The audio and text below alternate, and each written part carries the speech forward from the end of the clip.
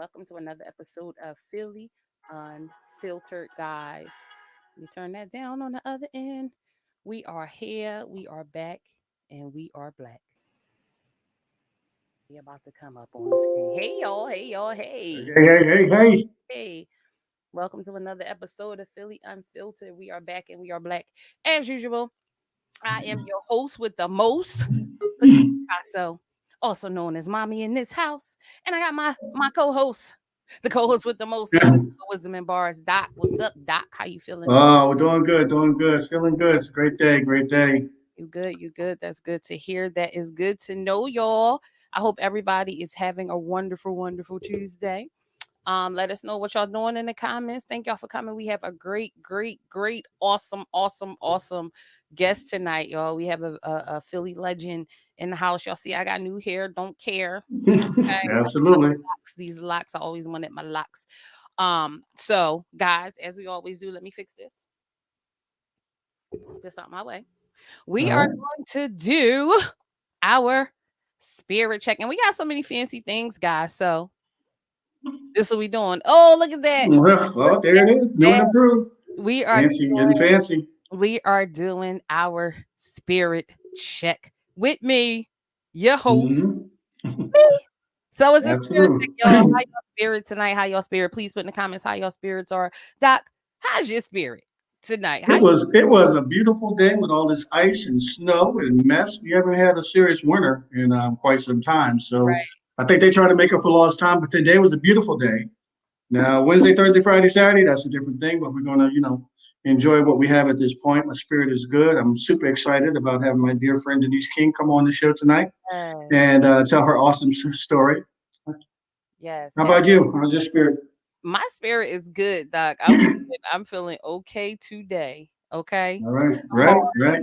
With some bars going on as always. And like Doc said, we have a very awesome guest coming up very soon. But right after the news, you can use with Doc E. We're going to bring in our special guest. So, like I said, look, we so fancy, right? I'm gonna tell you what Doc got. So now, y'all, it's time for the news you can use Nutrients. All with right. me. Okay, Doc, I'm so hype about all these things that we got popping. So, Doc, what's the news that they can use? What you telling them about, Doc? I'm just telling them, I'm giving them some good information that they can use, that they can take with them, and kind of hopefully uplift their day. I hope everybody had a lovely Valentine's Day. Thank you for. We've been getting good feedback from our listeners, from Philly Unfiltered family. Our guests on this show have been awesome. Want to send out a special thanks for our Philly Unfiltered guest last week, Miss Rita Powell, owner of Amazulu and Urban Carmelware. Our community superhero, Adam McNeil, doing amazing things. We wish them well and ask that you follow and support them. You support the people that support us. Yes, And it's absolutely. talking about, with businesses, with Amazulu, and just by this Black History Month, I'm just curious if anybody had supported Black-owned businesses this month. And if it was it a business that you normally go to, or was it a brand new business that you figured you'd try out for this month? Because it's one of those things that we got to have to kind of support us. At that point, other news, Mr. Jamal Johnson. Yes, Mr. Jamal Johnson. If you don't know Jamal Johnson, if you don't know the name, he was the brother, ex-Marine out in front of City Hall Monday through Friday, 1 to 5. Saturdays and Sundays, he was actually at Mayor Kenny's house, calling him out on his lack of any activity on Resolution 247, which were proposed to City Council last September. Mhm. Jamal Johnson finally met with Mayor Kenny, and it's a funny story because Jamal had fell asleep, and when he wakes up, there's Mayor Wow. Kenny and his staff, there to kind of say, okay, we're going to meet your demands, get out the cold, go home. So Jamal Johnson has ended his hunger strike. I think it was maybe 26, 27 days. So we'll follow up to see if the mayor and his staff kind of follows through on Yeah. carrying out those demands to try to get something done about this gun violence and the shootings in the city. In the meantime, a group of North Philly neighbors on North 11th Street, they are finally getting patrols on a violent corner that involves a lot of shootings. And as far as I know, these are basically people in the community, kind of coming out, marching, kind of protecting their own at that point in time. And I think Jan was talking about later on possibly having, some security patrols in the community to kind of, put a stop to a lot of this nonsense going on. Yes, absolutely. That would be a good thing. And shout out to Jan McKay, Black Seas, Jan McKay Hmm. on Facebook if y'all want to check him out. Um, Absolutely. George Wallace Cephas had a community event this Saturday at the 52nd and Market. A lot yes, of great speakers. yes. One of the special guests is our own hostess with the mostest, our petite Picasso, also known as Mommy. Stepped up to the mic and told her story. Yes, I was out there, guys, and it was so much fun. Shout out to George Wally Cephas. I thank you so much for inviting me. It was a good look. And this sweatshirt I got on, it was a young lady out there. Her name is Kalani. Y'all can I gotta get her exact name. She is on Instagram. It's a young Muslim sister. She killed it out there, okay? And I got on her sweatshirt. If y'all can see, Says, worry about yourself. worry about yourself. She had a whole song called "Worry About Yourself." Okay, and Right. she's just so dope, and I'm definitely going to shout her out. But it was a good look. I enjoyed it, and I can't wait until Princes of Power we start doing our own, you know, community events, and I know everybody gonna come out and support. I just can't wait. So George, thank you so much for that. I appreciate it. Doc, thank you for showing up. Doc be everywhere. Doc was there, when everything was going on. So it was a good look. So I had a lot going on, and I started not to go, but I'm like, nah, I got to go support my host. I yeah, got to be there for her, yes. and glad I came out.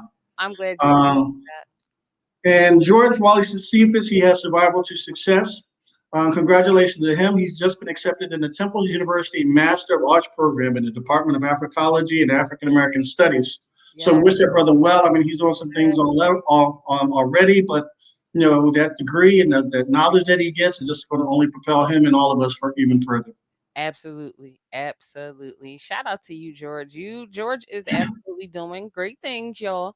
Just so Right. you know. Doc, what else we got for them? What else they We need? got the Johnson House. If you may or may not know, is a very historic house in historic Germantown. As far as I know, it's one of the most well documented houses or stops on the Underground Railroad here in Philadelphia. Mm, They just received $1 million grant for improvements to that particular site. That article where I found it was in the Philadelphia Tribune.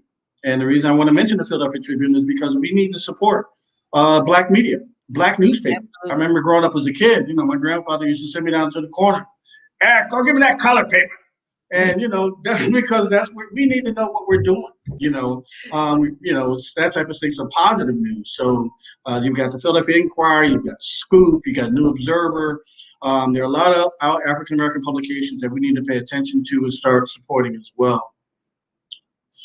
Our Absolutely. Black History Month lineup continues. Tonight, we have the awesome, my dear friend, professional jazz vocalist Denise King. She'll be on a little later. Uh, the 18th, who we got on the 18th, Andrea? Who we got? Doc, Who's coming on? Doc, you caught me off guard because I start blushing. You caught Come me on, come on, come on with it. So guys, on the 18th, we have the love of my life. Philly's own DJ Fat Cat. Y'all want to know about music? Like this man, he's been DJing since he was 9 years old. Like he's friends with DJ Touchtone, Doc B. Like he knows like a lot of DJs. If you ever read DJ Diamond Cuts biography or the book that she read, she mentions him because he actually taught her how to DJ. So he just not like a regular joke coming on. Like, my baby, he ring bells in the street. So I'm so excited to have him here. Like I can't wait for people that don't know him to meet him. Music is his thing. So I'm excited that I'm excited too because I'm thinking DJ. I'm trying to think back to like the first, when rap first takes off, and I'm trying to think who was the first DJ I'd ever heard of. Because mm, for a while, unless the group actually named the DJ, like DJ Jazzy Jeff and the Fresh Prince or that's his Terminator X, title. unless they said the name of the DJ, he really didn't get any props. He was mixing and scratching in the back, and I'm curious also as to, back in my day, I remember DJs, I have flashbacks of DJs coming to the club with like 60 milk crates. Yep, full of he'll tell you albums. about them crates. He'll tell you You about know. those crates. So Yes, I'm curious to hear about that journey, and I'm yes, quite sure he's going to fill us in as yes. well. Looking forward to it. He got stories of losing $1,000 worth of crates, so, Right, you and know. Go ahead, Doc. then finally on January 23rd, we have my buddy Joe Beckton, a Philly historian. This brother is a walk-in encyclopedia of African American history. He does the U.S. Color Troops. And what I also would like our audience to do is when we mention who's going to be coming on the show, if you start thinking about questions that you may have, for our particular guest, and you can kind of send us ahead of time, so we can kind of put them in our questions. I mean, even if you listen to the show, you can still put them in the comments as well. But we got some awesome guests. Andrea's going to be doing Women's History Month next month in March, so she's already starting on that. So that is the Yes, news you I can got some. use. And look, we got the one of our community superheroes, Adam McNeil. Adam, Adam, shout out Adam, Adam, Adam. All right. and again, y'all, he's doing big things. Y'all know we're gonna have Adam back up here to talk to y'all because he has so many things to say. So yeah, y'all, that was listen, I'm gonna do it again. That was There we go. news with Doc E. Okay, I'm so hype about these banners and stuff, y'all. Pardon me for being so extra. So like we said, guys, we have a special guest and we are about to bring her in the studio. She's Um, in the building. She in the in building. the building, Is and she in the building? yes, she is. She is in the waiting room. And listen, y'all, Miss Denise King, she is so beautiful. If y'all saw my flyer, if she don't got a Shaka Khan thing on in her beauty, okay, and her voice, I'm gonna tell her when she get on here because I was listening. Yeah, I think I'm a jazz fan today, y'all, because Miss Denise was killing Fever. If y'all know that song, Fever, Miss Denise King killed it. Okay. So, Mhm. as we said before, we have a very special guest and we are about to bring her in. But before we bring her in, y'all, we want to bless y'all with a little bit of music by Miss Denise King. And the first song that we are going to play, it is called Cherokee. Okay, guys, we'll be right back in like 30 seconds with Miss Denise King. Let me cue Mhm. this up. You gotta get past the here we go. All right, y'all.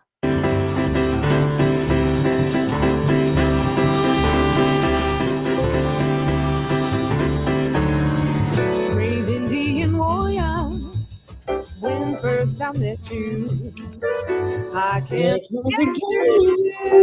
you. Sweet child of Out in the prairie. my heart is calling. Wow. It's so Rolling. you Cherokee. Love a time gone by. Strong memories, so Singly it inside. is a beautiful Someday woman I will singing. hold you. Hello, hello. Hey, Welcome hello. our guest, Miss Denise King, Hey, Philly y'all. native and beautiful Yeah, jazz singer. West Hello, Philly in Queen. the In the How are house. house. you? In the In the house. house. Oh, Hey, yeah. where did she go? Can y'all hear me? Oh wait, I gotta stop the music, y'all. I'm sorry. Stop Am the I still playing the music. music? Stop, stop, There it stop, is. stop, I'm stop, still Don't playing stop. the music. stop the music. I'm still playing the music, y'all. I'm sorry. I'm sorry. I'm sorry. No Hello, sweat. hello, Queen. How are you? Hey, how are you both? I We are. love your hair. Thank you I so don't know much. if you can see me like, this way, but yes. Hey. It Yes, just you took can me see. back to when I had I had locks for like 15 years. Did you? Mhm. Nice. Yeah, I've always and wanted locks. yeah, I had locks for 15 years and I cut them off, like some time ago because I think that energy attaches itself to your hair. So I need to get rid of some energy, so I cut them. Yes, I did. I had to look. Is she pretty? I love it. Gorgeous. Thank you. Mm-mm. Absolutely Thank you. gorgeous. I'm Thank getting I'm gonna get me some back. Even if All I right, have all to go to the right. store, I have to go to the store and buy some. Yep, that's where I got mine from, Miss Denise. I surely did Yes, mine. ma'am. Well, it's working. Thank you Work. so very Mhm, much. mhm. Yes. It is a pleasure to have you here. Welcome, welcome, welcome. It's an honor. It really is. And guys, I'm this always Denise from happy. Philly. Yeah, I'm always happy to be invited to things that are specific to Philadelphia. Always happy because I mean in West Philadelphia, born and Born raised. and raised. Hey, I let That's people it. know all over the Right, world. Yes. Anywhere right. in the world I am. I don't care like if it's in like I was in Siberia Oh, and I let them know I am from West Philadelphia. yes. Don't get it Right, twisted. right. So, Yes. yeah. You Mm. represent our city everywhere. Oh yeah, I'm repping. Yeah, absolutely. Awesome. Well, So we have to, we have we to. do as terrible as they may be, we still got to rep them and let them know we love y'all Yeah, Yep, we every day. gotta Every let day. them every know. single day. Absolutely. So So thank again, you once again for the invitation. yes, and thank you for showing up. So Doc, of course, Doc always got a trillion million questions. Hey, Uh, yeah. and Doc has Always, always, great. always. You know I can talk, so bring it. That's okay. That's Yeah, okay. that's why Bring we. Um, it. Yeah. First of all, I want to say, my thanks and it's definitely honored to have you on this venture. During COVID, my job was shut down and we did a lot of community events. And I met Andrea at a community event and she kind of came up with the idea for this show, this podcast that we're doing called Philly Unfiltered. And it's a platform where we kind of bring information that people need. We highlight people are doing amazing and awesome things in the community, something uplifting, good news, things that never makes the news. Hmm. And when I started thinking about people that I knew, your name definitely was at the top of the list. And I'm like, no, we gotta have That's so Denise on the awesome. show It really to kind of share with that. And it's always a pleasure. is awful. And We go back. We go way back. back, way back. Hold on. Don't be throwing all them ways up in there. Oh, wait, I go way back. I I'm go way, not way back. okay. wait. Listen, I'm only 35, so this Okay, all right, I know all right. that's right. I know A I that's little hear back, a little my back. kids are older than I am. All and they right, will But say we do go back. We go back. that. right, right. Now, Denise, I have your bio, but I really don't want to read it. If you could share with our audience a little bit about your journey, and a lot of our guests have been finding out. I don't know if you noticed it, John Dre. A lot of our guests is either from North Philly or West Philly. Yeah. And what is it about West Philly? I mean, I grew up in West Philly as too, but what was your experience in West Philly growing up? What is it about it? Well, I mean, West Philly has always been a very strong family, community based place to live. I mean, when I was growing up, everybody knew everybody. Everybody chastised everybody.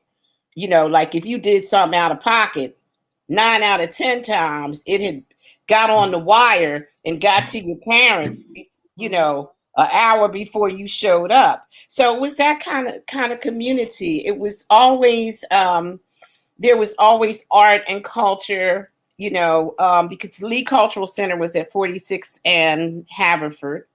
Mm-hmm. And I think at the time when I was growing up, I think Arthur Hall was rehearsing there. It was just a great place to grow up, and of course, I went to West Philly High School, so that that was Mm-hmm. something in itself. But it was just Excuse a me. really a great place to grow up, a great place to live, and a lot of community. At the time when I was growing up, we had block um, captains and block clubs and all that kind of stuff, and so it was this real sense of family. It was a real sense of family, and that's why even to this day, I am just in love with my West Philly because there's so Sure, many, sure. so many great memories. And I grew up in West Philly as well, so I remember that because initially I grew up at 57th and Chestnut. I went to Hamilton at 57th and Spruce. Bond Me Bread was at too. 57th and Chestnut. Yeah. 57th and Chestnut. I remember going to the Nixon Theater, the Locust. going to right? Foo-Foo's. Foo-Foo's, the Um, Mamma Jamma. Absolutely, Mr. Silks, and it was like you said, it was a great community. Everybody knew everybody, and it was just a great place to be. And Right, and it is. interesting that you, and not to cut you off. I'm sorry, but if I don't say it now, I'll forget.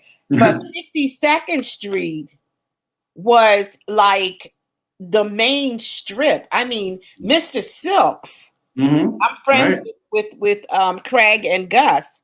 Mr. right, Silks was like the place to be on right.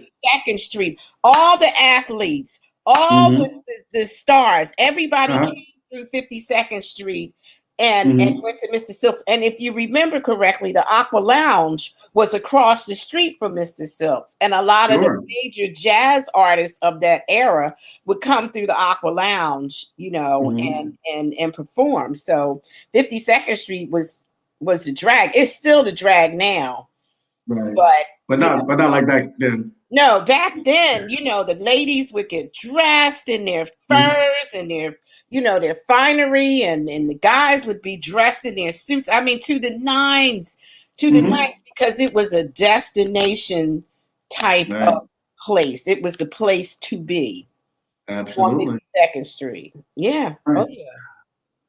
So growing up, how did music play a part in your home and your development? Well, I mean, interestingly enough, my brothers are musicians, but we were kind of, I mean, like the typical Black family. We were surrounded by music.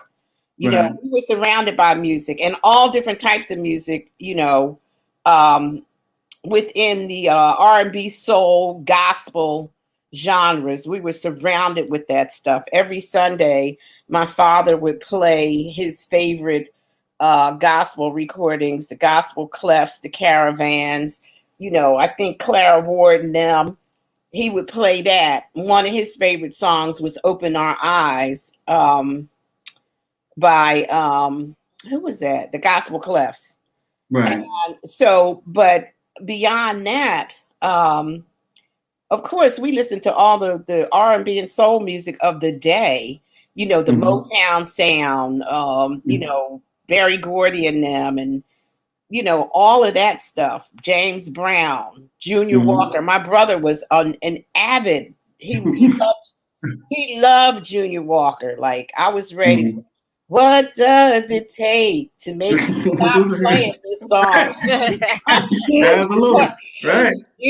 That was his twist, Junior Walker. And hmm my sister being 7 years older than us, would play some of the older music, like from the 50s and 60s, like the Paragons and the hmm Flamingos, Little Anthony in the I'm on the outside looking in. Ooh. Little All of Anthony and that the stuff. Imperials. Right. So that's kind of the stuff that I was exposed to at an early age. But beyond that, I was a bit of an eclectic child. I was an artist always. I was different in that I listened to everything. And then my experience integrating this school up in the Northeast, that exposed me to a whole different genre of music. Like, Right. I came home listening to the Strawberry Alarm Clock and the Nas, and they looked at me like I was an alien from outer space. Like, what is this? But that was my experience, because I was one of 10 Black kids that Mhm. integrated this white school in the upper Northeast Philadelphia. Right. So that was my experience. And then my introduction to jazz came from, um, during the summer, I stayed with my aunt and uncle in Upper Chichester, and my uncle had an extensive collection of jazz LPs. The first jazz recording I ever listened to was Lee Morgan's Sidewinder. But Right. beyond that, I listened to Frank Sinatra. At 13, 12, 13, I was listening to Frank Sinatra every Friday and every Sunday. Oh, wow. Right. Friday with Frank and Sunday with hmm Sid Mark. So Absolutely. that was my kind of introduction. And then, factor in some classical stuff, because I still love classical music. Right. This is a twofold question. One is what what attracted you of all those different genres that you grew up with all types of music? What was it that made you kind of gravitate towards jazz? And the second question is for a younger audience, what is jazz? Well, I mean, jazz is it's kind of hard to give a definitive answer because you can turn anything into jazz, but it's mostly about improvisation. Right. It's about improvisation. I guess that's the best answer that I can give a young person. It's taking the music, having specific chord changes, and then taking those chord changes and taking the music to different places within that structure. That's the best definition that I Mhm. can give at this Right. stage of the game. But that's what it is to me. And Right. you could take any song, and you believe it or not, a lot of jazz standards were born out of Broadway musicals or movies. Like Green Dolphin Street is from a movie. Surrey with the Fringe on Top is from a Broadway play. Right. So a lot of jazz music was born from Tin Pan Alley and Broadway, the Great White Way. So even I'm trying to think of some more songs. I'm sorry if I'm having like a brain fart, but That's okay. That's okay. a lot of that was born out of those traditions, Broadway and Tin Pan Alley. But for me, I was attracted to jazz because I don't know. I was 13.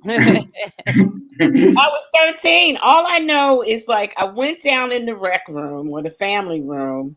My uncle had this massive collection of recordings, and curiosity got me, and I picked Sidewinder. I don't know what it was about that particular cover that made me gravitate toward it, but that was the first one that I listened to. And I think it was because it was, and I hope this doesn't sound snobbish, but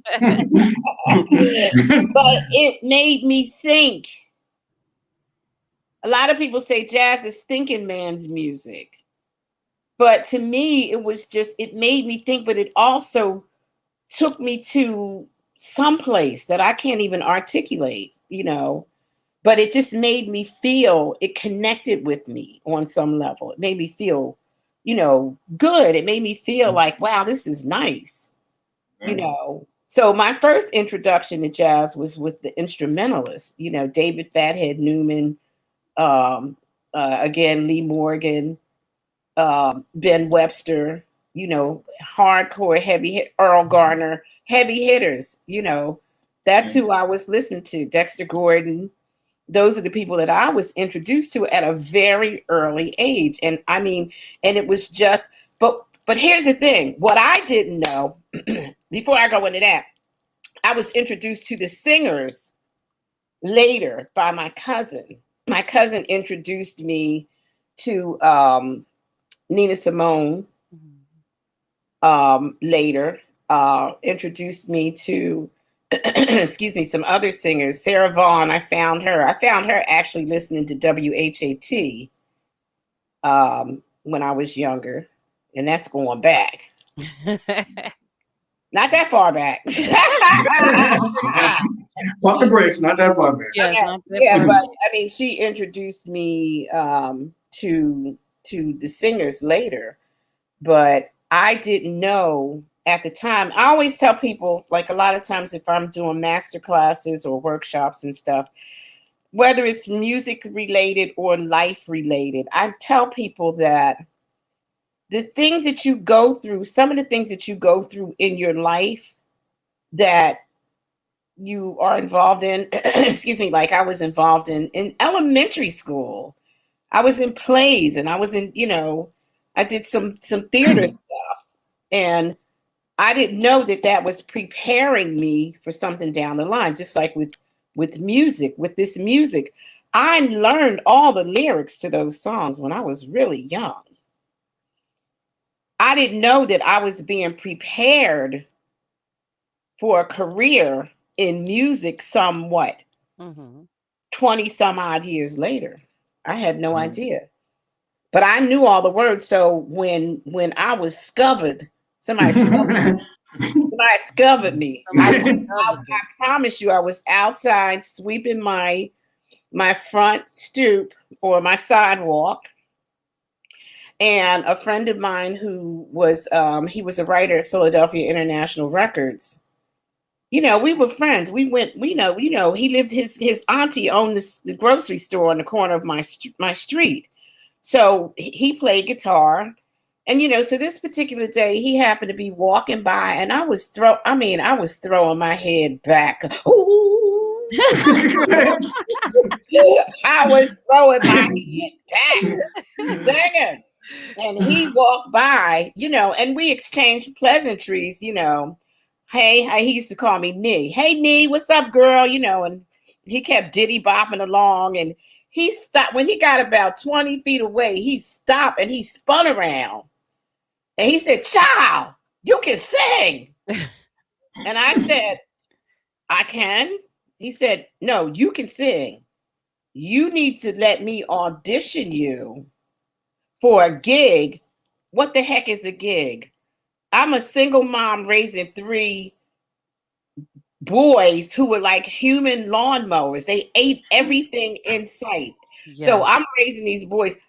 He turned around. He said, "I'm going to hire you for this gig." But what he did, he said the magic words. Y'all know what they were. Coins. No. Where the money reside, where the money reside. Coins. He said, "I will pay you to sing these songs." And for me, he was like, "Okay, you need to get 10 songs together that you can sing." I knew them all. I knew all the words. I knew them. It wasn't like I had to, rush off and learn all these lyrics. I knew the songs like the back of my hand. So again, my earlier experiences prepared me for this moment. Right. Yeah. Okay. Andrea, you have a few questions? I don't want to hog them all. No, go. Well, because we are 30 minutes in and we usually do a quick music break. So I think I'll segue into a little bit of music in a second. But we have been talking about Miss Denise King is from Philly, West Philadelphia, born and raised on a playground. We went through the whole story earlier. But Miss Denise King has lived in Petty. She lived in Paris. So could you tell us what's it like living in Paris for all our Philadelphians? They ain't never been nowhere outside of Philadelphia. Well, here's the thing, and I'm before I even go into the story, I am going to put emphasis on. Listen, get your passports. Get your passports. Yes. Go see this world, because what you will learn is that the experience that we have here as Black people in America is quite different from the experience that you may have in Europe. Mm-hmm. The first time that I went to Paris, I moved through the streets as a woman. Do you understand what I'm saying? Not a Black woman. Not any kind of woman of any color, just a woman. I was a woman walking down the street and I cried. Wow. Because it wasn't like I was specifically a Black woman moving. I went into what do you call? I went into Cartier. I went into all these high-end Louis Vuitton. I went to all these high-end stores like I was going to actually buy something. I know that. I sing jazz. I ain't singing to the left. All the single ladies. I know that. Right. I do okay, but I went into a really, really high-end furniture store. This is just the difference. And nobody followed me around. Oh. Nobody. I went in the store and and I knew full well I wasn't going in there to buy nothing. I was going to look. And I went in and looked, and the woman, "Bonjour, comment ça va? How are you? How may I help you?"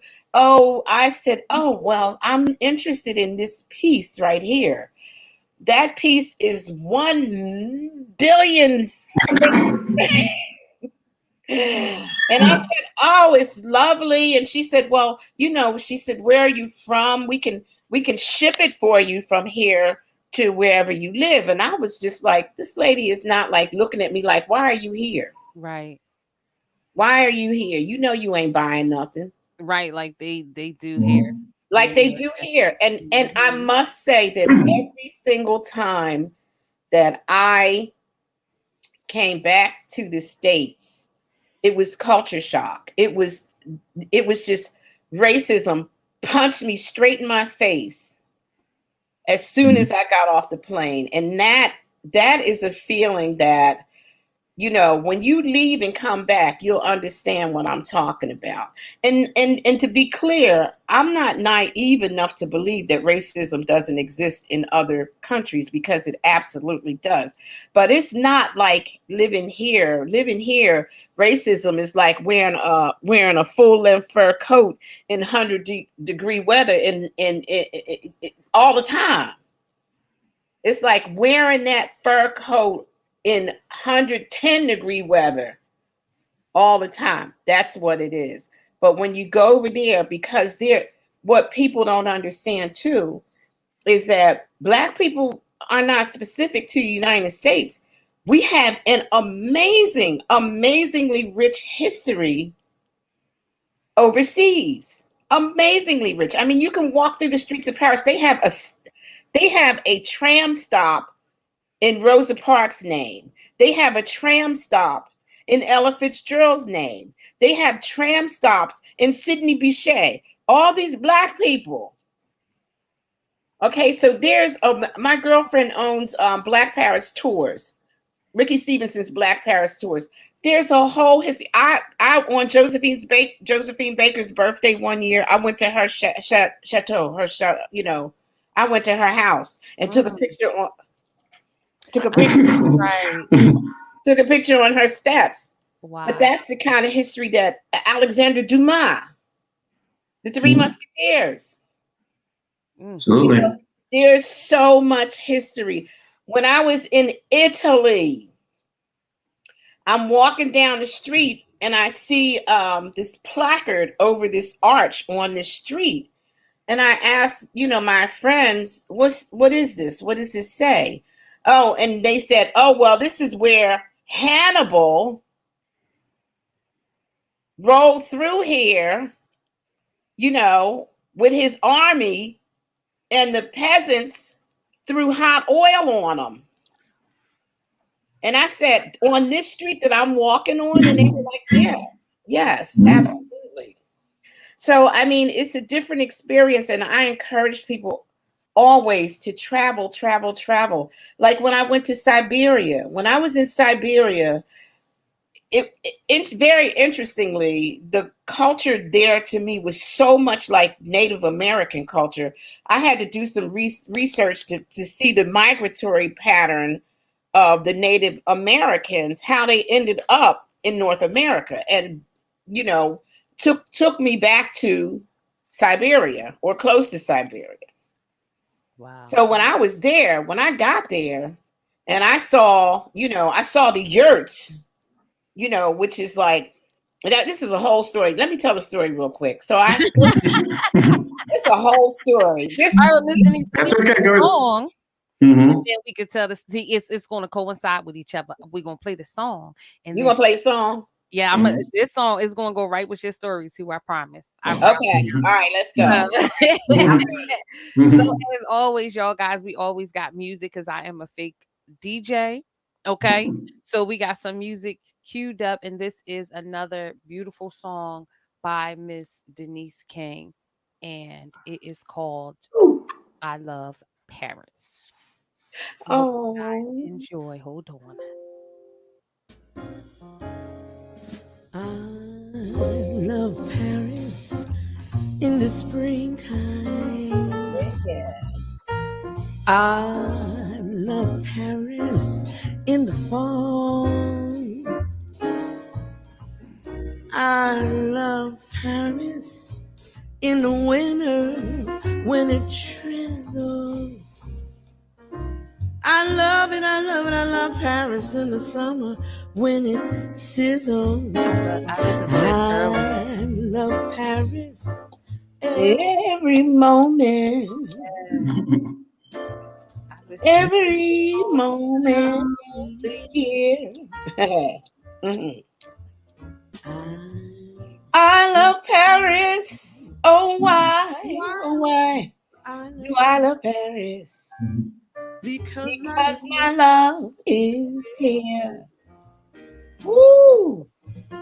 yes, that I was love Paris in the springtime. You know that I love it. I love I love it in the fall. I do. I love Paris in the winter when it drizzles. In the summer when it sis. Oh, sorry, I lost my head. fine. That's okay. Okay, That's okay. Auntie just did her thing. I Okay, lost That's my it. head. I that was lost so my beautiful. head.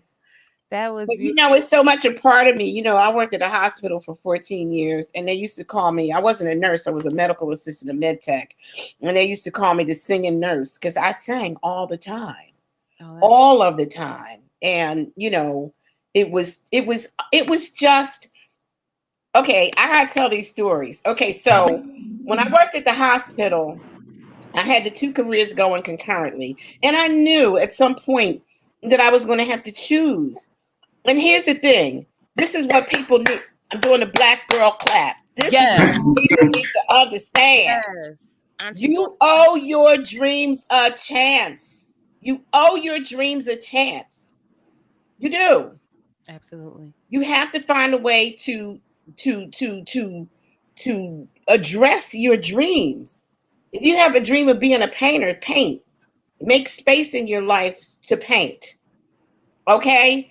I see. That's what I'm talking about. If Self-taught, if you're self-taught. a photographer, so many people feel like, oh, I have a 9 to 5.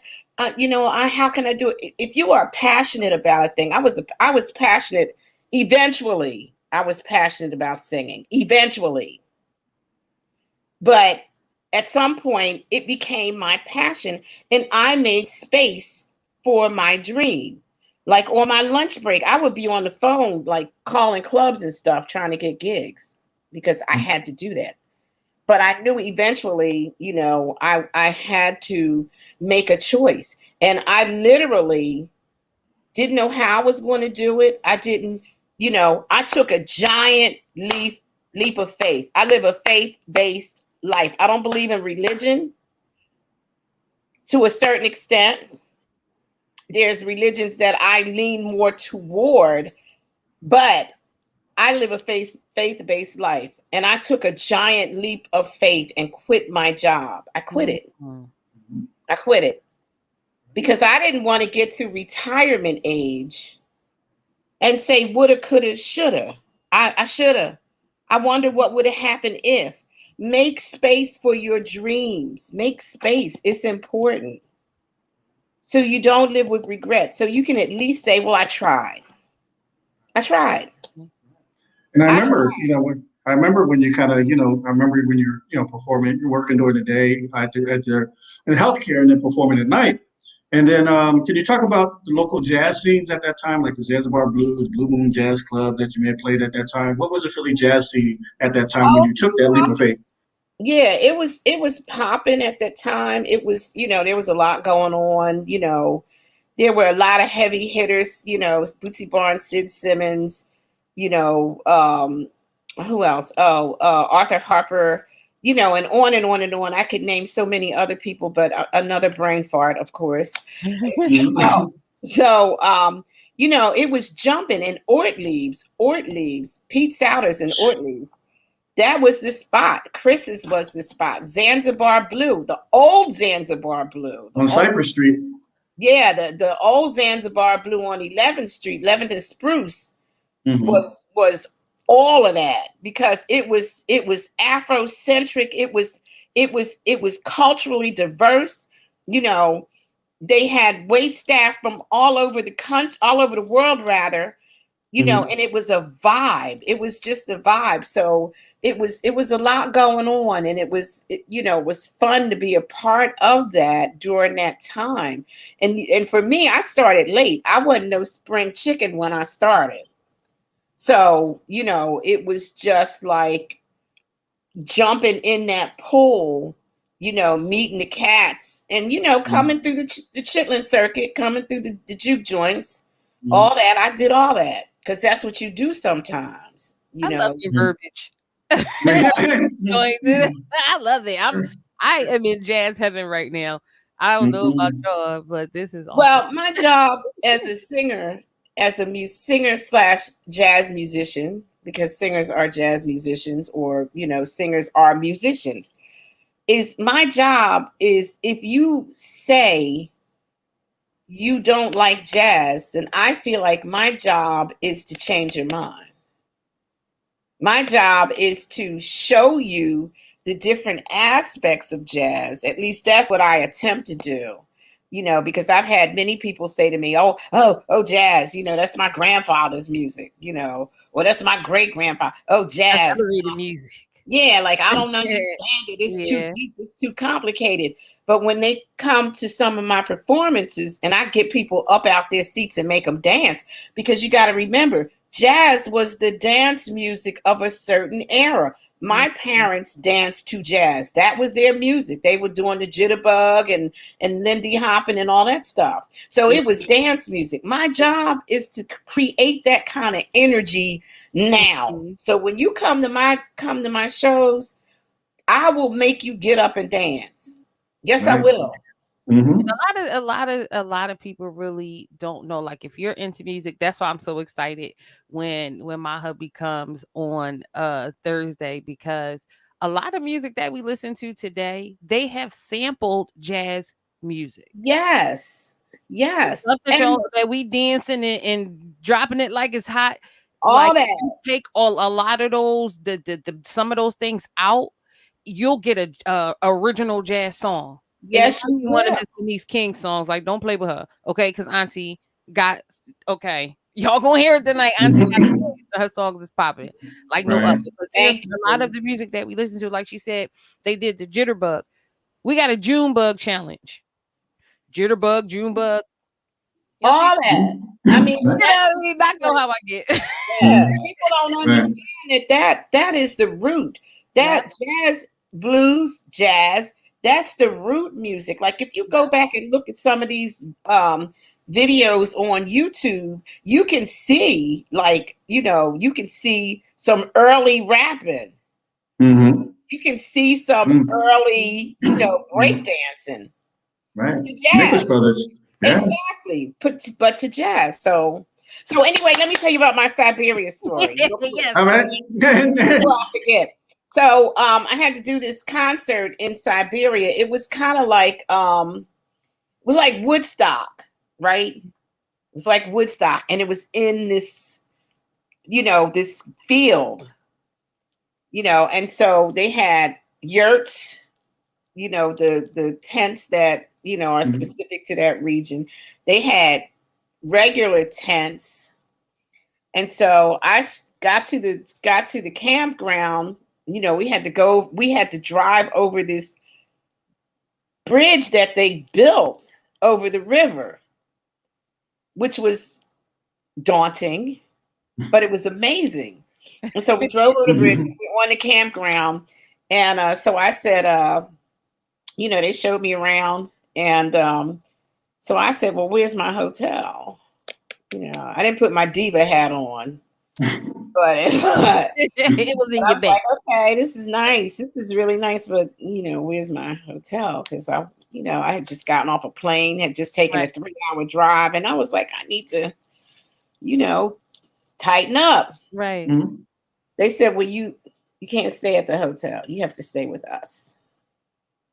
And I said, okay, why? That was my face. Like, That your face was my face, but a little cooler. Like, okay.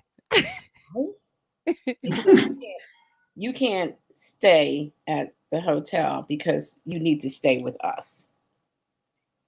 And I immediately knew what that meant. Okay. That means you ain't safe. Right. Right. And that's another consideration that, when we do travel to these different places, especially looking like this, and there's nobody like this, it can sometimes be different. It can be, a situation where you need to maybe have somebody with you all the time, step up your security. I had, like when I was in Turkey, I had a situation with a cab driver, and I had to, tell the guys, you can't leave me. You can't Right. leave me because there's nobody here that looks like me. And without, sounding any kind of way, sisters got back. We got stuff. Yeah. Yeah. We got stuff some people don't. We got stuff that some people That don't thing. have. So you show up with stuff, and people like, oh, what? What's that stuff? What's that Mhm. stuff? Yes, it ain't for So it you. puts you in the. But anyway, getting back to Siberia, so they had prepared a beautiful tent for me, and with a nice twin size bed with beautiful linen on it, and it was comfortable enough. But I was like, okay, okay, cool. This is my first camping experience. So and my girlfriend Sophie, she threw me some animal pelts, like some animal skins, like some sheepskin and some, Mhm.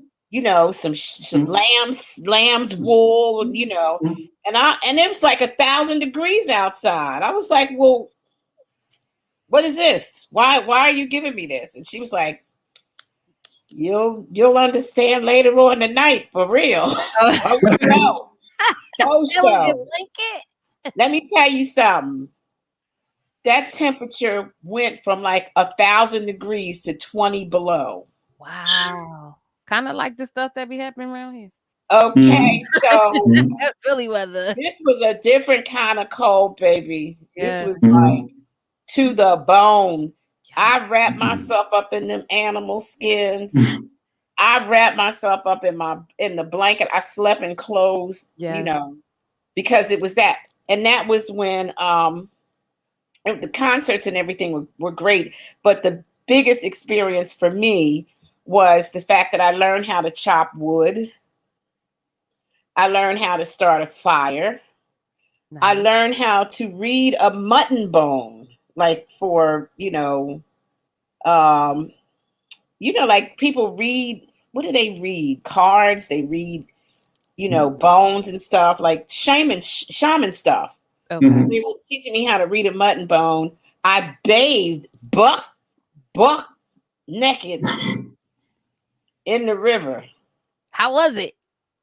Cold. It was cold. But here's the funny part. I'm scared of spiders and of course snakes. So you know how your imagination, like I'm out there and I'm like, I'm trying to keep trying to hide all the business and stuff. And the guy who interpreter, my guide, he was my guide, the guy that drove me all around.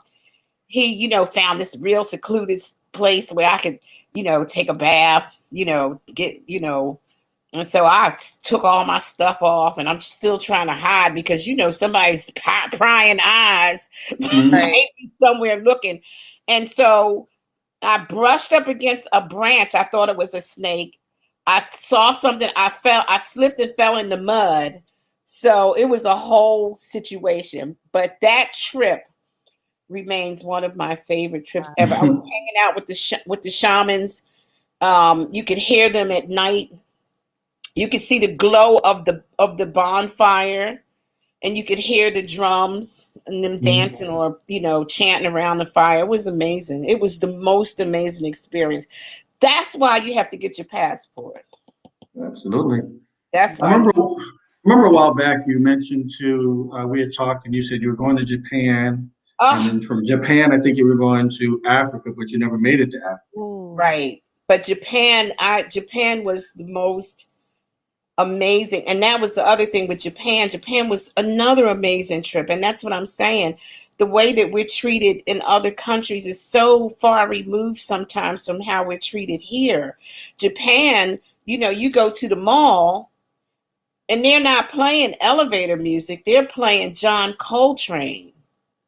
They're playing Miles Davis because jazz is just like every other place. Jazz is like holy music. It's revered. It's Mhm. so, I mean, it's unlike here where jazz is on the, back burner or low on the totem pole or low on the rung of, Mhm. the musical landscape. But like even in Paris, the radio stations, they mix it up. They mix it Mhm. up. They mix Yeah. jazz, soul, and everything. So Yeah. Japan is actually where I recorded my first CD. And that was because my friends, my Japanese friends, said, "We want you to be famous in Japan. Oh. And we're going to make a CD." And they raised the money. They raised the money. They got a studio, and we made this CD. It was live at a friend of mine's uh, jazz club. So, but my plan is once we get beyond this pandemic, my plan is to go back to Japan. I And want to go. Definitely. come on, Absolutely. you got your passport. Let's go. Mhm. Absolutely. I'm Look, just just saying. just Um, look away. That. right. One of the things that you spoke about earlier is your performance and Mm. how you're interacting with the audience. And I think that kind of goes well with jazz and the songs that you sing because it's about love, it's about romance, and in your Valentine's Day show, it was simply awesome. Thank And you.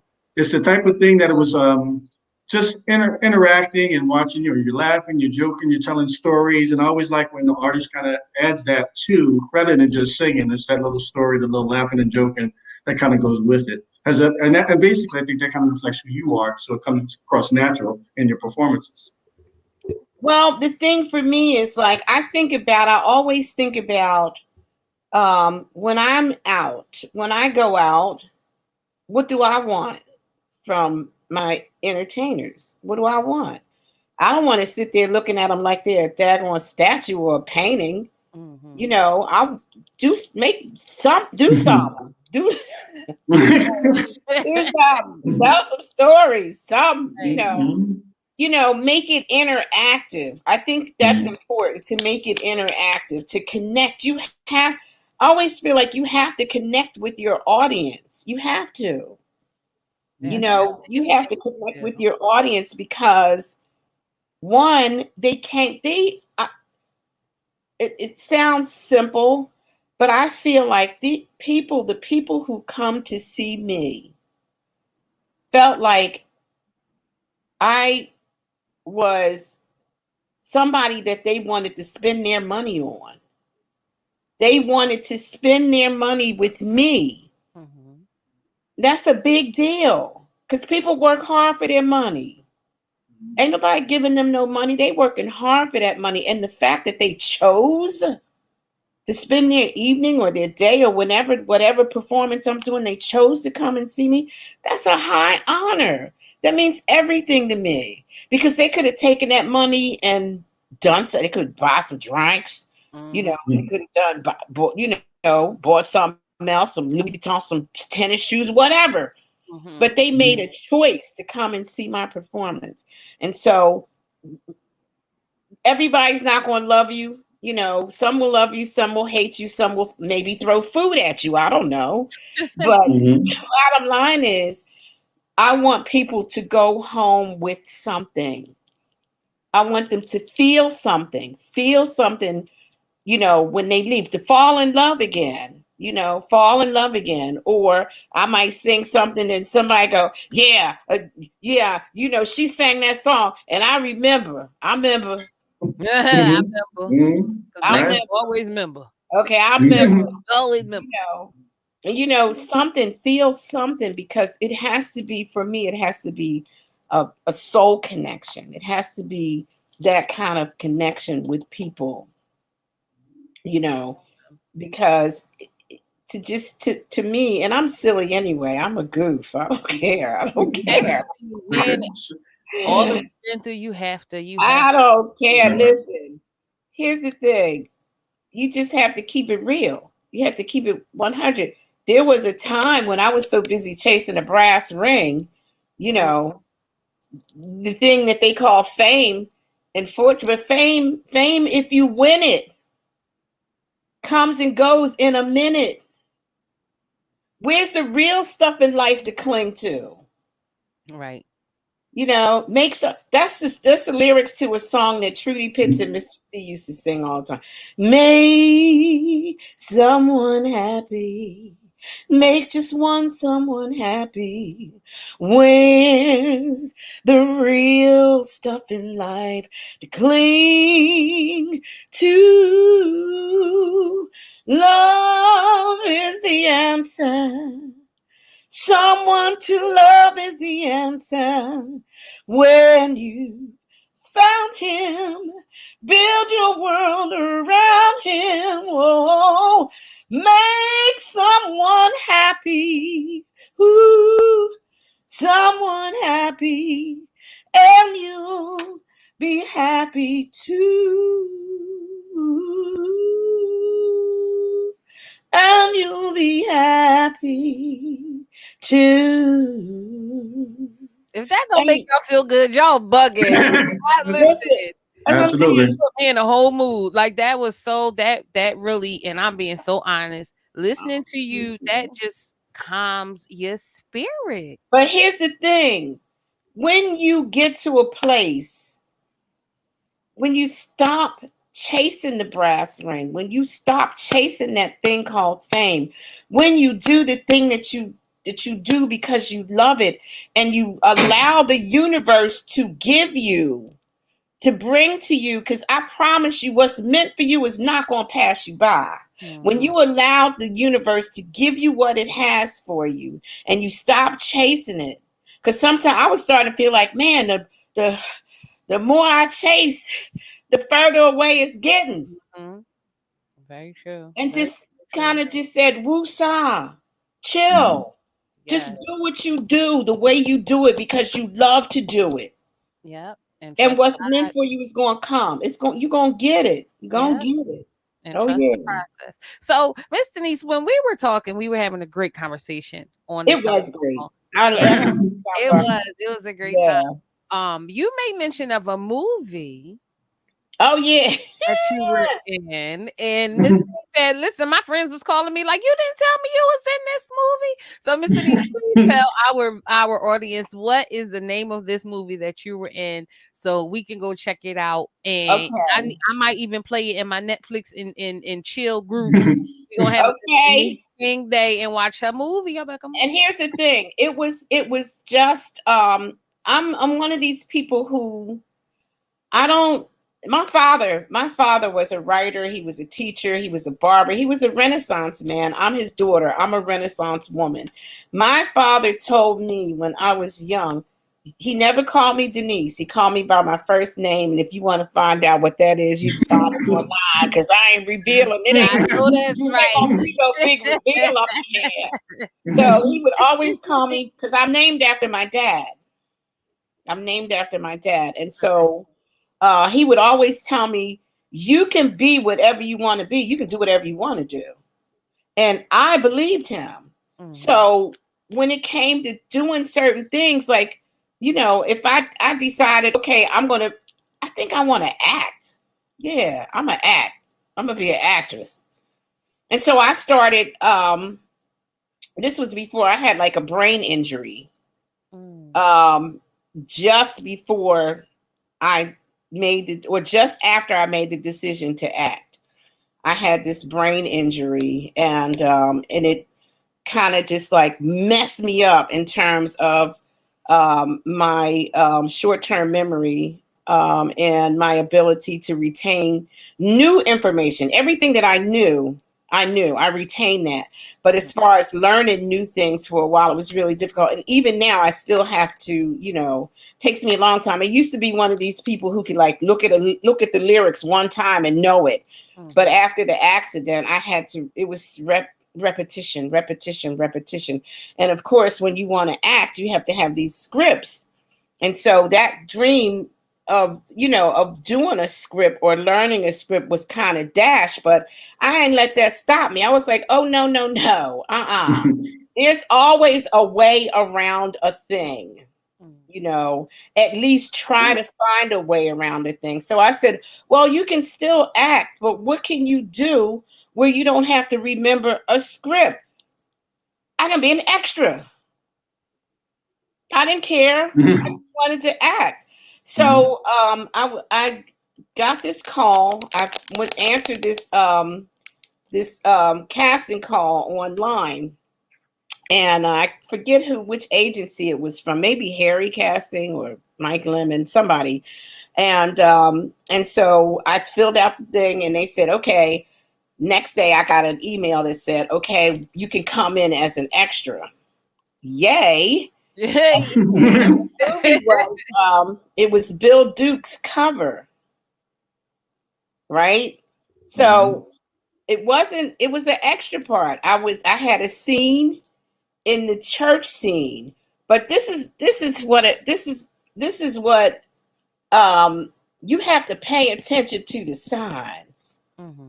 You understand what I'm saying? You have to pay attention to the signs. So the wardrobe woman held up this big yellow hat. I'm a hat girl. I love hat. I wore this tonight to remind me of Paris. Yeah. But I'm a hat girl. If you watch my singing songs in my car series, I wear a different hat every day. So the wardrobe woman held up this amazing, this hat was fabulous. And she just casually said, does anybody want to wear this hat? And in my mind, I immediately thought, that hat is going to have a part in this movie. That hat is going to be prominently placed in this movie. Whoever wears that hat is going to get a little bit of screen time. Yep. So immediately, bang, like how you do when you in elementary. I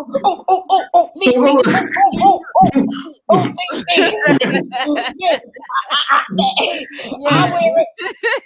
And she said, you want to wear it? I said, oh, absolutely. I want to wear it. Nice. And so, she brought the hat over. She put it on, and placed it on the way that she wanted it to be on. And sure enough, when the movie came out, my emails, my phone started blowing up. And I was like, what is going on? They were like, oh my God, we saw you in cover. We saw you in the movie. And I was like, pay attention to the signs. Yeah. Right. And then the other one, I was in another movie, and this is funny. I was in a Bollywood movie. Really? Yes. Loves Bollywood movies. I was in okay, so this was a Bollywood movie, but it was the first Bollywood movie that had a real storyline, and it didn't have all that raga. Right. The raga. It didn't have the raga. I like it. It's nice. I loved it. And so that was another one that I filled out the casting information, and I ended up getting screen time again. Nice. Because one thing I can do is I can act. I can. Even now I'm trying to get cast in some I'm working on doing some more movies when all this pandemic stuff kind of lets up, and actually I want to do Broadway, some theater work. But in this Bollywood movie, let me tell you something. Let me know, Miss Denise, because I always want to be in somebody's movie, and I don't mean to cut you off, and I'm like you, so I won't forget. I will always see those casting. Answer them. Like, I used to always see him, and I'd be like, you know what? It's so much fraudulent stuff happening out here. I would never take. Oh, please, you'll listen. I think I would be so good. Like, I really would. Answer them. On cue. I can answer them. That's what I'm saying. Answer them. I mean, your gut will tell you, like, if it's, if you need to back off, or like, okay, this ain't real or whatever. But take that chance, take that leap. It's just like somebody said to me the other day, well, I don't know, because I was like, what are you talking about? You don't know. Try. Yeah. Right. Try. Right. Try. Right. I ended up in 2 movies, actually 3, because I did another one that was like a training movie. But the Bollywood movie, we were called upon. Listen, let me tell you something. I'm surprised I didn't pass out and die on the steps at Broad and Patterson, because the movie was filmed at Broad and Patterson. Oh wow. Right. And we had to listen. We had to run up and down those steps like 100 times. Because the scene was, the movie was about terrorists that set off a bomb in the subway. So we had to keep running up and down the steps, hollering and screaming to get these different shots and different angles. Child, listen, by the time I got finished, I know I was 20 pounds I lighter. know that's right. Okay. But here's the thing. When we got outside, it was a bomb thing, and they had fake blood all on us, and then, as a matter of fact, I had a silver leather coat that I got fake blood on. I'm still mad about my coat. I just got mad for you. You saw my face. Look, it was fake blood, and so so when we came out of the subway, we had to run out screaming and hollering, and there was smoke machines and smoke, and we ran out. And the EMTs had to help us to the sit on the ground, like lay people on the ground and sit people on the ground. So they walk me in there, and help me, help me. I got screen time. I know that's right. I see what Blake. That's 3. Okay, it was a hat. Okay, they got the first crying. Okay, I was like, listen, I'm gonna make use of these little 5 minutes or 2 seconds, right. however many minutes that I have on this screen. I'm gonna make use of it. Yes, because at the end of the day, in the credits, the extras' names is in the credits too. Absolutely. And listen, I come from the school of anything can happen.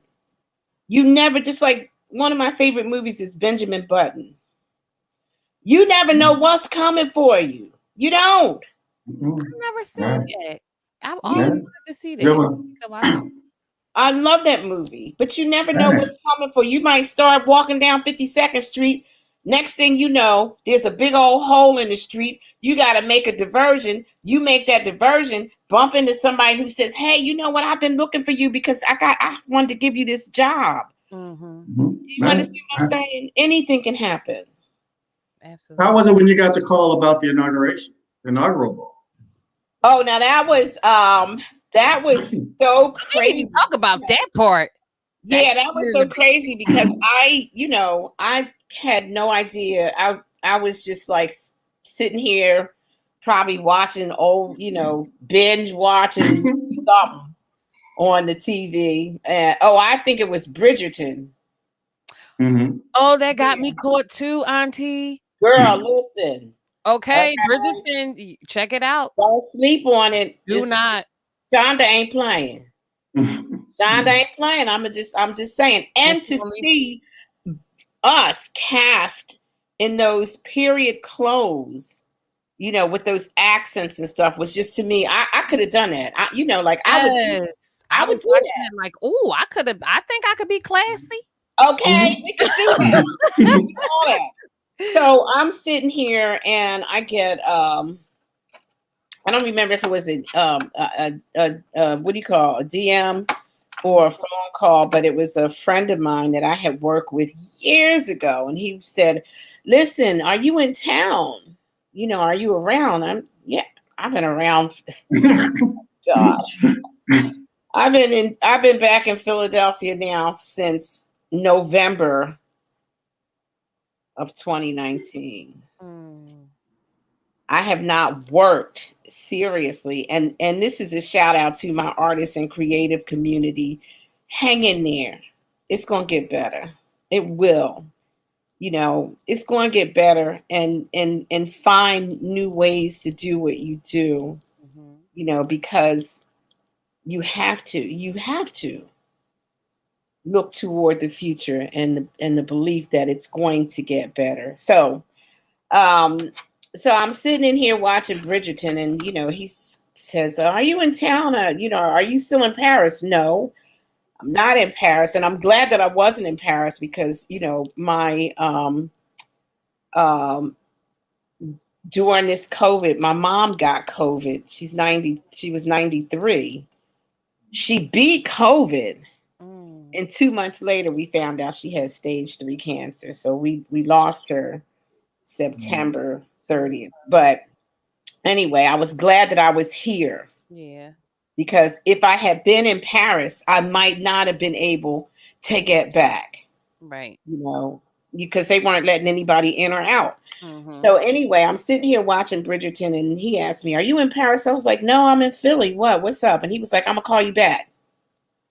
So I said, "Okay, fine." He called me back. He was like, "Okay, we have a spot for you." And I was like, "A spot for me? Okay, to Where? to do what?" Right. He was like, "We are going to be doing the inaugural ball." And I was like, and he was like, I don't know how much money is paying or if it's paying. I was like, this is history. Yes, indeed. I'm doing it. You know, Indeed. whatever the money is, I'm doing it because this is history. And to be able to say that yes, I performed for one of the inaugural balls is, to me, it's like a big deal. It It's is. a part of history. So that's how I ended up at the inaugural ball. Of course, I was mildly disappointed. I mean, history is history, and the opportunity was the opportunity. And we got great press, advertising on their website because it was clean air for Biden, the clean energy for Biden ball. And so, initially we thought that it was going to be recorded live. Mm-hmm. But then Monday night, you remember inauguration night was on a Wednesday. So Right. Monday night, so I'm running all around. I got my come on, zhuzhed up, Yes, ready. get ready, to get my feet, Yeah. had my what you call, had my serious what you call, The serious what here. is yeah, the serious hair. I had Yes. the Mhm. serious hair. Yes. You Had gotta my have serious. Yes. yes, I had the serious hair. I had The lashes and everything. Your mother was ready. listen, I was like this something right here. This is something. Yes. This is something right Yes, here. I was the clap. I had to give you a clap. This is I something. had my gown. I had a Ooh. beautiful mint green gown that I was going to wear that was like Oh, that was flowy. beautiful. I So love Monday it. night they called me and they were like, "We're going to have to be at this place tomorrow. They're going to pre-record our performance." Mm. And I was like, "What? You mean no balloons? No, no red, white, and blue? No confetti? No nothing? None of that?" They're like, "No, they're pre-recording everybody." So I had to switch gears, but that's be ready. Always, always. Be ready. Now I ain't gonna sit here and lie and say I'm always ready, but I can throw something together real quick. Especially for an opportunity like that and many Yeah, more. I can throw stuff. So I had the gown was in the dry cleaners getting pressed, and I had another option. I had a royal blue dress that I ended up wearing because but it was a thrill. It was a thrill to get the invitation and to be a part of that history with our historic vice president and our new president. It was beyond words, and I'm glad that I had an opportunity to do it. That's But awesome. yeah, it was pretty awesome, and I was grateful to get the call, I and wish we could grateful. have saw it. I really wish we could have saw it. That would have been awesome. Or I some almost of missed it. it, like something we definitely would have played it. Um, Almost missed it because it was just like we recorded at least 6 songs, and the song that they selected was Marvin Gaye's "What's Going On." mm, So by the time I found the site and stuff and got in, I turned my head for a minute and I looked back. I was like, oh my God, that's us. It's Right. just that quick. Mhm. So yeah, but it Mhm. was a thrill. Right. I was excited. How, the next question is how's Punchy? Sp- Punchy. Punchy, Punchy. Oh, Punchy. She's out the car hospital and she was sick. She had a bad fuel pump. It So must be the car. that's the car. Right, That's her right. name, Punchy. Punchy. Because I was trying to figure out, like, my grandkids kept coming up like punching me. And I was like, what? What are you doing? They were like, punch buggy, no punch bag. Uh, Mhm. Absolutely. Okay. Absolutely. And I said, oh, okay. I said, why are you saying that? Because that's what they say when you drive a Beetle. Punch buggy. It's Mhm. called a punch yes. buggy. Punch buggy, no punch bag. So I just nicknamed her Punchy. So she's out of the hospital, and she's good. It's a great car. I didn't Mhm. intend to buy the car because I didn't expect to be here long enough to need a car. But Right. once it got to be longer than I anticipated. I was like, ain't no way. Mhm. Oh, look at that little cutie. Hey, She was having a whole thing upstairs, and her brother was like, "Mom, I can't do it." I So, know that's right. Listen, she's I here. got Absolutely. I got some of Right. that. Right. I was asking, how did the whole singing in the car get started? Because I'm a loose cannon and a wackadoodle. Yes, because listen, here's the thing. We're in a really unprecedented situation where, I mean, I literally have not worked for real, since March 15th. Okay. Right. So I have to keep I have to keep myself entertained. Not only that, it's about your brand. A lot of people, and this is wrong. A lot of people expect someone to come to. That's just like when you're looking for a boyfriend or a girlfriend or a man or a boo, whatever. And people Mhm. be sitting in the house. He ain't gonna come knocking on your door. It's not gonna happen. You have to get out there and make it happen. And so, with the singing in the car, I said, I got to do something. I have to sing. I have to keep my vocals up. I got to do Right. something. I want to keep my fan base and my friends and my family entertained. I don't want them to forget, Right. you know, I don't want them to forget that this is who I am and this is what I do. So, and then one day I just started singing in my car. I don't even remember what song I was singing, but I started singing in the car. And I said, you know what? I think I'm going to do this a lot because Mhm. I was having fun. I was enjoying it. And Right. then people started like sending me requests. People started saying, oh, well, can you sing this? Oh, well, why don't you sing this? And they was asking me to sing, all kinds of stuff, blues, jazz, R&B. Now you can count on me for anything you choose. And that our best that I can offer is love true. Still, I often wonder why this love of mine seems do or die, as if I live in the clouds and you live in the sea. Anita Baker. They Right. wanted Anita Baker. They wanted Nina Mhm. Simone. Stars in the sky, you know how I feel. Mhm. Love in the sky, you know how I feel. They wanted everything. And I said, well, you know what? I'm just going to make this a thing. It's fun. And I figured, like every day I go to the park to pray and meditate, to brainstorm and like clear my head, and to ground myself. Like when it was warm, I would take my shoes off and walk barefoot in the grass.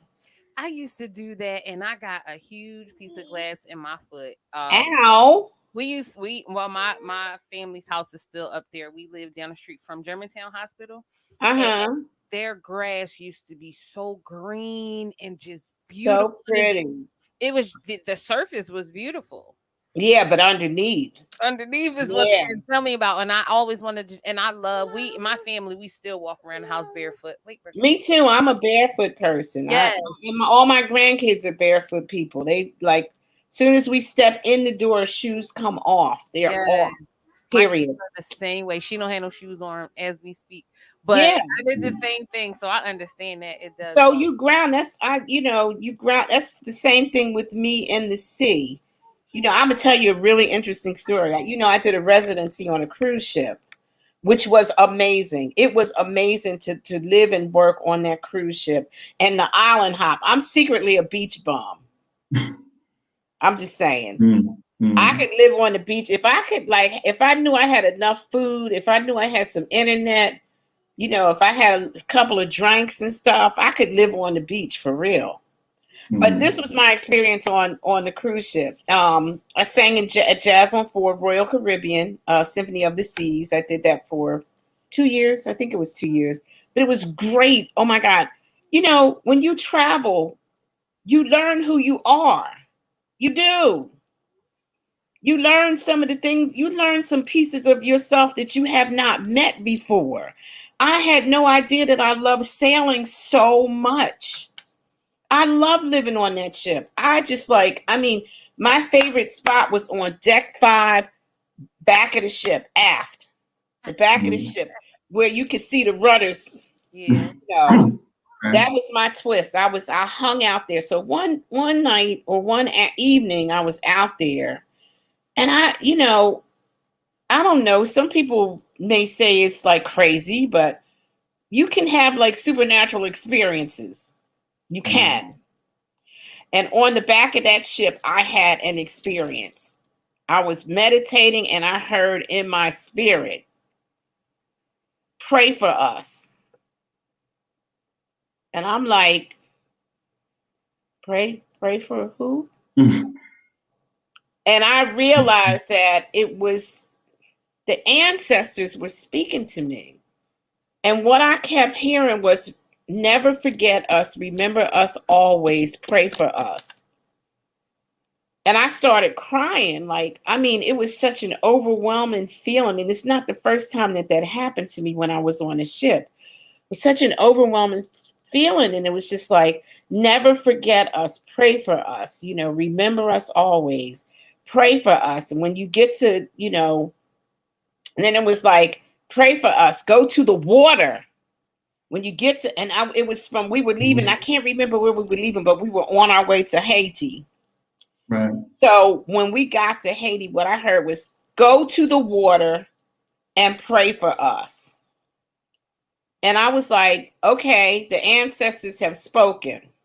So when we got to Haiti, we were in Labadee. When we got to Haiti, after we got docked and everything, I got all my beach stuff together, went to the water. I went to the edge of the water. And I started praying and I was crying. I thanked the ants. I thanked them for their sacrifice. I cried. I cried for the loss of life. I just like poured my heart out. Then I heard in my spirit, put your feet in the water. Get in the water. Get your feet wet. Put your feet in the water and pray. And Mm. that's what I did. And every time that I go to the beach now, I put, I ain't going deeper than my knees. I'm just saying. Mm. Right. Because it's monsters in the water. yes. Everybody Right. knows. Right. I'm gonna go past my ankles. They get Right. Everybody knows it's sea monsters, and I'm not going to. So I got in the water and I prayed. And every time I go to the beach, I get in the water up to my knees and I pray for the ancestors. And it's also reminiscent of those that chose the water versus slavery. Exactly. Exactly. that's deep. You know, Doctor they You Mo, jumped know, over the ship. go a They, step further. yeah, it was deep. I was like, when they said get in the water, I was like, hold up. Wait, how far you want me to get in this water? right. Right. Right. But it was an Mm. experience. It was really an experience. And, I call on God, the angels, and the ancestors all the time. When I make major decisions, I call on the Trinity, God, the angels. well, deeper than the Trinity and the universe. Right. Absolutely. Because the universe conspires as well to give you what you want. Right. Right. Absolutely. That's true. Yeah. Right. So We gotta stay and centered, people. the universe will hold stuff from you too if you ain't ready for Mm. it. Yep. Sure, Yep. sure. Like we always say, Absolutely. we got to keep a counterpart to God. That's why we seek Mm. out therapy, and you just have to be in tune with yourself as a person to keep moving. And as y'all can see, guys, as I say, Petit Picasso here, mommy here. So it's 30 minutes past. They gave y'all extra 30 minutes of me. So we are Mhm. going Wow. to we have to we're going to bring the show down just a tad bit for the night, and we just want to thank Auntie Denise, Miss Denise King, for joining us. But Thank before we you. go, as we always do, Miss Denise, is there anybody you want to shout out? Is there anything you have coming up? You want to let everybody know where you'll be, where they can find you? I have her website going across the screen. As soon as I find Yeah, that's it. Denise King sings. it. Yep, it's Right, You going can right. on. always find me on Instagram. IG is at Denise King Sings. Same Mhm. thing with Facebook, Denise King or Denise King Sings. You'll see my mug. So you know when you're in the right place. And you can find a lot of my music you can find on YouTube. What I Mhm. have coming up is I'm actually working on a new recording that I hope will be out soon. I don't know. Who knows? And I want to say it, but I don't want to say it. But I've been writing this. I wrote a book, Mhm. and the book is entitled From the Bottom Up. It is autobiographical in nature. I am a survivor of many things that a lot of people have been through, that a lot of people have struggled through. And I believe that the fact that I am where I am and how I got here, I know it would help a lot of people who've dealt with some of the issues that I've dealt with some of which include homelessness. I was homeless with 3 children. Mm. Yeah, Well, so Auntie, next month is Women's Month, and I got control of that calendar. Okay, so feel free to come on back next month, and we I can would definitely talk love about it. to. I And I mean, I would love would for you love to be to. here. I would love for you It to would be be here. nice if I could read a little bit from my book. Absolutely, Sure, absolutely. And absolutely. I'm so glad you said that because next month, guys, we've been trying to get Miss Tiana Brown on this show since last year when we did Philly Authors Week. She has a book called Please Don't Touch Me There. And I cannot wait. I went to school with her. Wow. I can't wait. That title just does something to my spirit. And I Yeah, need people to Mhm. know. especially when You you're a know, survivor. absolutely, Okay, absolutely. So that's why Auntie coming back, y'all. But Mhm. Right. I'd love to. Doc, is there anything you wanna close out with? Cheyenne about to start singing. I just wanted to thank you so much for coming on and sharing your story. And we'll be in touch as Thanks for always. the invitation. I had a ball. Y'all have. I got a switch in my back. When you say talk, you click the switch and I start I going. know that's right, Auntie, because I'm Doc. No, I'm a talker. So I That's it. be Absolutely. rapping, but Right, right. again, thank guys, thank you. y'all for coming. We thank Miss Denise King for coming. She is a Philly native, a jazz professional singer. She sang at the inauguration ball. They didn't stream it live, so we didn't get to see Auntie perform. But just know she did her thing because that's what we do. She from Philly, West Philadelphia, That's born right. and That's raised. how we get down. That's You how show she. up, you show out. Yes, we show up, we show out, we We made sure show they up counted all always. the joints. Like we did everything. So because you are so awesome, and like she said, you can find her music on YouTube. I was on YouTube, and this song, we're going to end this. It was so funny because me and Doc was on the same page. Doc was like, "Yeah, we're going to end with this song." I said, "Doc, I already got a cue." He was like, "Me Right, too, right, so right, let's go." right, right, So, right. Thank you I guys listen to this so and I much. love this. This is in my playlist from now on. Guys, again, I'm thank glad you're a convert. you.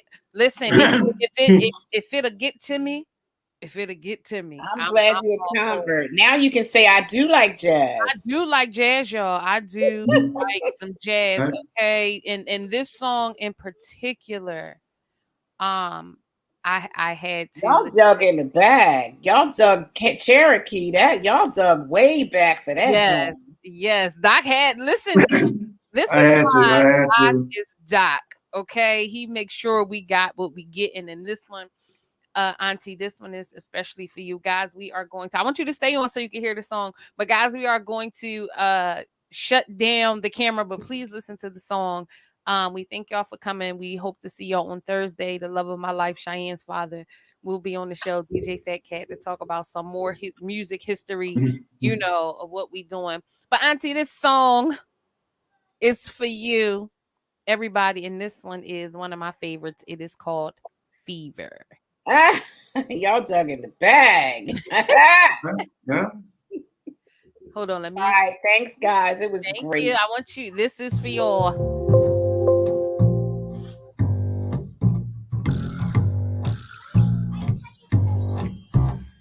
Never knew how much I love you. Never knew how much I care. When you put your arms around me, I get a fever that's so hard to bear. You give me fever, fever. When you kiss me, fever when you hold me tight.